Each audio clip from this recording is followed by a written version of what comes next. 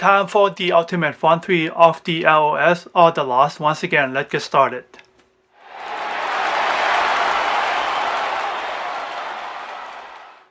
Hey guys, welcome to Arsenal Guru. It's the pre-game analysis between Arsenal versus Swansea this weekend. And I have to say that we came off from a massive win against Everton of 5-2. Not just only the massive win, but probably one of the greatest performances so far this season that put Ronald Koeman out of the job after the game. It is going to be interesting to see if Arsenal can perform like the game against Everton once again in this weekend, because we got the rest in the midweek and that was the first time that we saw the ultimate front three of, like I said, Ozil and Sanches play together in the game.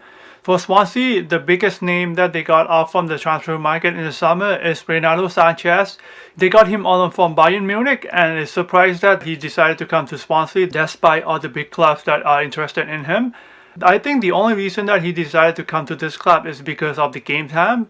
If he decided to go to other big clubs, probably he won't get the same time as he get at Swansea here, and that's probably why. With having Sanches in the club for Swansea, Swansea is still sitting at the 15th place at the moment, with inconsistent form of only 2 wins, 2 draws, and 5 losses in this season. According to the stats, Arsenal shouldn't take Swansea lightly.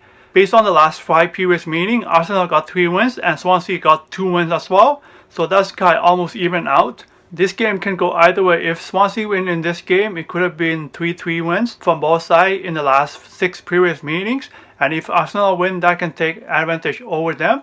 Now we're going to move on to the lineup prediction. For the team news, as we already know that no one picks up an injury in the game against Norwich on Tuesday.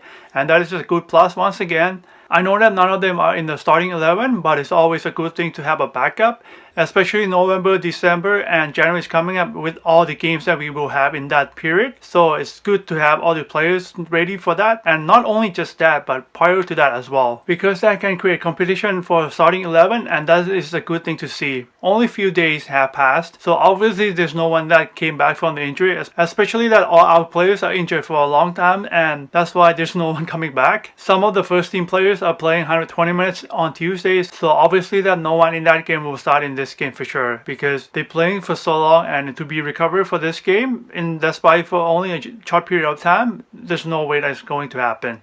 And obviously we have 2 different teams now, so that's why they're not going to start whatsoever. So for our starting 11, it is going to be pretty much the same thing as the game against Everton.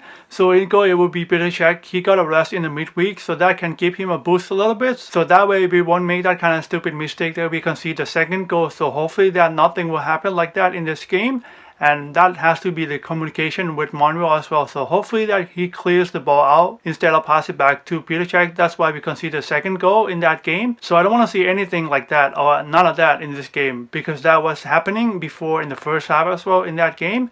And that what caused us to concede the second goal. Now we're going to move on to the back three. As we know that this is all what we got so far, and this is the strongest that we can have. So Koscielny on the right, Mertesacker in the middle, and Monreal on the left. So it's pretty solid so far. I know that we conceded 2 goals in the game against Everton, but those 2 goals was not really anything to do with just the back three itself. So I hope that we can get a clean sheet in this game.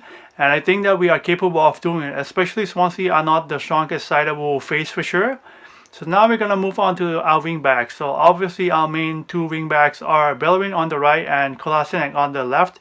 Same thing with the duo in the midfield as well. So Ramsey on the right and Xhaka on the left as our main at the moment. And now we're going to move on to the front three of the ultimate front three, as I always mention. And I'm going to mention it again, as I call them the LOS, or the loss of, like I said, Ozil and Sanches. So Ozil will start on the right and Sanches will start on the left, and like I said, at the front as our main front three. It is good to see them play together once again. This is another test and something that they can learn to play together before we go into face Manchester City next weekend. So it will be interesting to see what they can do in this game. I expect nothing less from them based on the performance that they performed in the last game of on scoring a goal on each one of them, even an assist from Sanches and Ozil as well. Now we're going to move on to the score prediction. It is going to be a game that we can win for sure. So I'm expecting Arsenal to win this game 3-0. The reason that I'm going with 3-0 in this game is because we are playing at home and Swansea are not playing well at the moment. And I expect Arsenal to play well in the game against Everton, as I said earlier. So I hope that with the quality and what we are capable of doing, we can get 3 goals in this game. I am expecting Lacazette to score in this game as he did in the last game, and we are playing at home once again. Another expectation that I have in this game is an easy, comfortable win once again. It didn't happen in the game against Norwich on Tuesday, and I hope that it will happen in this game. We need to show our true character that we are a big club and we are able to handle small teams and be able to win a game like this easy and simple, and I hope that it will happen in this game. Let me know what you guys think in the comments below. Don't forget to give a thumbs up and consider subscribing to my channel, and I'll see you after the game.